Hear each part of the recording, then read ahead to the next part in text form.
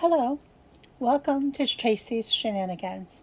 I'm Tracy, and today's shenanigan is the completion of Lego Lord of the Rings Rivendell set. Now, this isn't really a review per se, it's more a little of me showing you some of my favorite parts of this set. It was a really fun build, but it wasn't necessarily always easy. It took me a couple of weeks, but part of that is because I try not to do everything all at once. Let me just give you a couple of facts about this set. The set is 6,167 pieces. The box shows the measurement at 28.5 inches by 15 inches, which is accurate. The build consists of 49 bags across 3 different books. Now, I'm going to move my phone from this stand because I want to show you the books a little bit more closely. So, when you look at these books, you can see that they are marked by these beautiful elven leaf patterns. 1 leaf for the first part, and then 2 and 3 leaves. The other thing that you'll notice is that the books themselves, the cover is a beautiful sketch of the entire set. And it also shows in dark sketching the which part of the set that you're building. So the first one is for the tower. The second one is for the gazebo and the stream. And then the third one is for the main part of the build. Now I'm going to put you back on my stand carefully, trying very hard not to make you dizzy.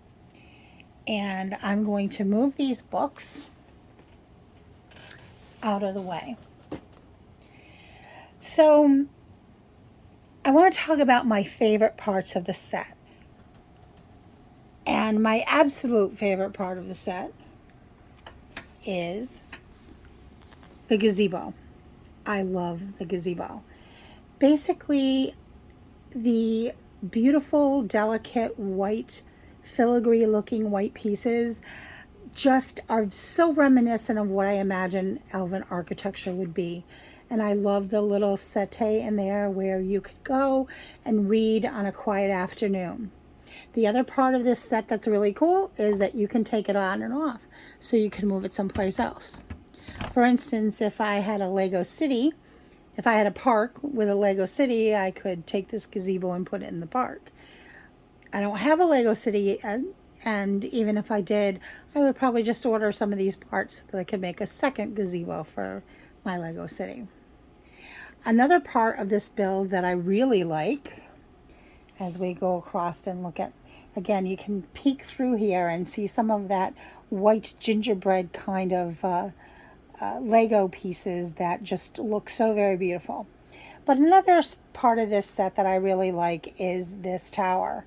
And what I'm going to do in order to show you a little more closely is I'm going to pull it away from the main build carefully and bring it a little closer so I can do a close-up of these pieces. Now the book says that each of these statue pieces have 2 faces, and the book refers to them as stone-faced and hard stare. I honestly can't tell you which one is which. I just think they are very cool. I love the octagonal part of this build, and I love all of the gray bricking. I love all of the little details, like the way that the windows show up. It's very cool. And if you look inside, which I will turn this around carefully, you can see on the top floor there's a bedroom, and this is the bedroom where Bilbo slept. And I'm trying to focus in on the bed frame there and the beautiful elven coverlet that's in there, which is actually 2 different sticker pieces, which I'm not a big fan of stickers because I have a little bit of OCD in trying to get them on the Lego pieces straight, and having all the edges quite even is a little bit of a challenge. Then there is a chest which is where Bilbo keeps his mithril shirt, which he eventually gives to Frodo for his trip. And if we look very carefully in the corner, and what I'm going to try to do is turn this around a little bit. If you look very carefully, you can see that there's a desk in there, and you'll see that there is a book in there called There and Back Again. And then also on the bottom floor, you'll see that there's this beautiful bookcase, again with all of that, with a gold gingerbread pattern. Makes it look like a very elegant bookcase, and another settee where you can sit and read to your heart's content. Before I return this, oops, excuse my finger, I just wanted to show you this back piece with the sticker of the breaking of Narsil. And there's actually, I'll show you later on in the build, where we can go see a representation of Narsil in the back of the Fellowship Ring. So I'm going to set you back on the stand for a moment. And what I'm going to do is, while I move a couple of these things around, I'm going to tell you about the third part, my most favorite part of the build, which is the overall aesthetic. And it's a bit of a cheat because it really is about the overall aesthetic of the build. What I'm going to do first is I'm going to put this back together, and then I'm going to turn it around so I can show you the back. So I can show you some of the inner pieces of this back.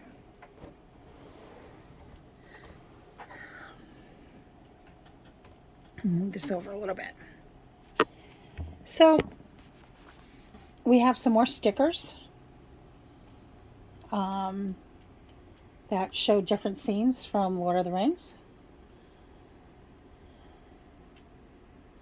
And very cool. And then here's that statue I was telling you about. The statue and also the representation of the broken sword Narsil. It's actually a special piece that Lego built that's just the broken sword. Then as we go down to the first floor, we can see the fellowship meeting place in the back there. But there's also a lot of candles, books, desks where people can gather. It's a very beautiful library. And there's a map of Middle-earth. I also want to note the beautiful tiling. Now these tiles are actually tiles that are printed. They are not stickers, which is very good, because if they were stickers, I really would have been very crazy upset. So that's that part of that. Now I'm going to put you back on the stand while I turn this around. And then I'm going to show you a couple more parts of this set that I really enjoy. Come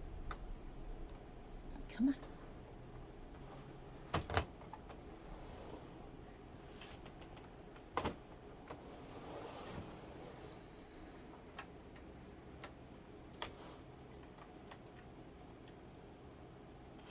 Sorry, I have a statue that's decided it doesn't want to sit where it's supposed to be. So I'm going to pull this up, and I am going to turn the gazebo area around because there's a hidden part back here that I don't want to forget to show you. And I lost a frog. Here underneath the gazebo, pardon my fingers, here under the gazebo, you can see that there's a bit of an armory, I should say. And so you see some beautiful swords, an extra bow and arrow. And then as we go around the other side of the set, we'll see that there's a little blacksmith area set up, and they have the sword, which is being reforged, which will be helpful to defeat Sauron. So I'm going to set that to the side.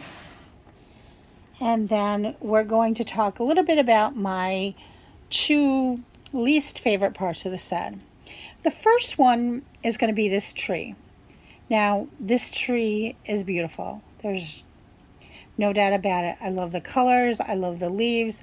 I love the way all of the pieces come together. However, it's a very large tree with lots of branches. I don't know if you can see that. And each of those branches hold these little separate pieces on it. And each of those separate pieces have little pieces on them. And trying to get them onto this and then get the leaves organized so that the tree doesn't look too sparse, so it gives it more of a full look, is a little bit challenging. And my fingers just do not like all of those small pieces. Now there's a couple more trees in the build, which I will turn around here. As you can see, next to the gazebo, there's a few trees. And then there's this other tree build, which was really kind of cool. Basically, if you'll excuse me here, you build each one of these tree branches, and then what happens is then you push up the branches and it gives this tree this wonderful silhouette, which is really cool. Now, probably my favorite part of the set, and it's not that I don't like it, I really do, it's quite stunning actually, are the chairs. Now Lego has these pieces which are popsicle sticks, and they put them in this nougat color, and then you can see that there are also pieces that make the arms of the chair, and those are actually hot dogs. The problem with this is that they are very finicky little pieces, and they don't really fit in the same way other things fit. So it's a question of organizing them and rearranging them so they look just right as chairs, which is very finicky for people who have OCD and fingers that don't always work so well. We have the fellowship, the ring in the center, and we also have Elrond's chair because, of course, it's his house, so he gets the best chair. Now, one of the secrets of this part of the set, which I think is really cool, is you can lift it up, and underneath you see the Eye of Sauron, which is always looking at the ring, which is right above where they are sitting.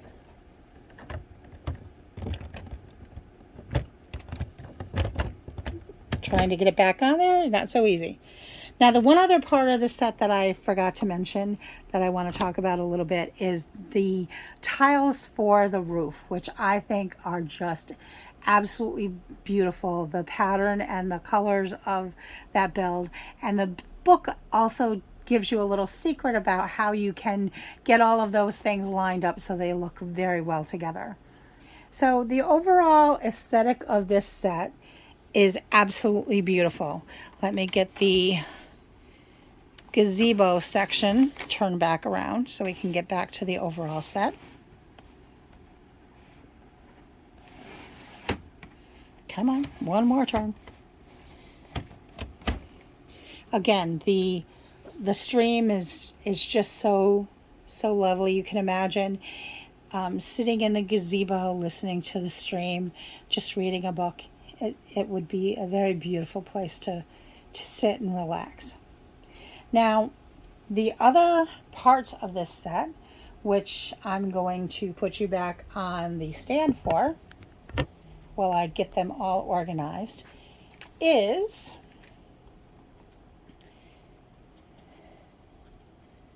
we have our main characters. We have Elrond, Arwen, Aragorn, and Gandalf. You will see that there's an extra piece here in front of Elrond and also in front of Gandalf. That is so that you're able to put the characters into a seated position. However, one of the major problems with the seating of the Fellowship is there are no studs to actually be able to put the minifigures on and hold them in place. So they tend to slide all over the place. You can set them in there and make a beautiful scene, but they don't stay very well if you try to move it around.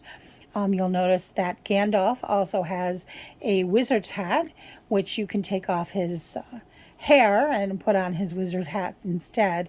And then there again is an extra piece of the Narsil, the broken sword. Next, we have our main characters. We have Frodo, who is our ring bearer. We have Sam. Well, you know all of these people. We have Mary and Pippin, who always have food. So we have some lembas bread and a carrot. Now, the other thing you see here is there are these little leg pieces. And again, because both Frodo and Sam are part of the fellowship, they have shorter legs so that you can put these on to get them to be able to look like they're seated on the chairs. And again, you might notice if you look at the different sizes of the figures that the hobbits themselves are shorter in stature, which is very cool actually. Then we have the last part of the representation of the fellowship, which is Boromir, Legolas, and Gimli, who has a helmet. And then we have Bilbo, which I love this little minifig of Bilbo with his wild hair and his walking stick. It's very cool, and I just love it. Now, the last thing that the set has is 3 generic figures. There's 2 elves, and there's also a dwarf. Now, I've seen some mention of the dwarf being Gimli, but according to Lego's official stance, it's not Gimli. It's a generic dwarf that, of course, would be in Rivendell to be along with the dwarven contingent, which I think is cool. So that's the main figures. And again, I'm just going to turn this a little so you can see more of the whole set. So that is basically Lego Rivendell. It's just a very beautiful set, and I am so glad to have it. I wanted to finish it by March 25th, which is my birthday. And I also found out that March 25th is also Token Reading Day. So I was really thrilled about that. I've been a huge fan of Lord of the Rings all my life, and to have all of that on come together, I thought was really cool. I wasn't able to finish it on that day, but I was able to finish it on Sunday, and hopefully I'm posting this by Tuesday. I will apologize that I don't have a very good ability right now to be able to edit things, so that's why I've filming this as one whole film. Eventually, hope I will get to learn a little bit more about video editing, and I'll be able to make better videos in the future for this channel. Speaking of the future of this channel, going forward, my plan is to do a few more Lego sets. I don't have a set filming schedule. I would like to eventually do 1 video a week of different sets. I also would like to start a Lego city eventually of those sets. So for the near future, I'm probably going to be focusing exclusively on Lego sets. Eventually, however, I want to do things other than just Lego. I have a couple of wooden jigsaw puzzles that I would love to build and share on this channel. I also have some adult coloring pages. I like board games. I like to do junk journals. So there's a variety of different things that I would like to eventually have on this channel. But I don't want these videos to go on too long, so I'm just going to say goodbye for now. And until next time, have a wonderful day, and may all of your shenanigans be fun and successful.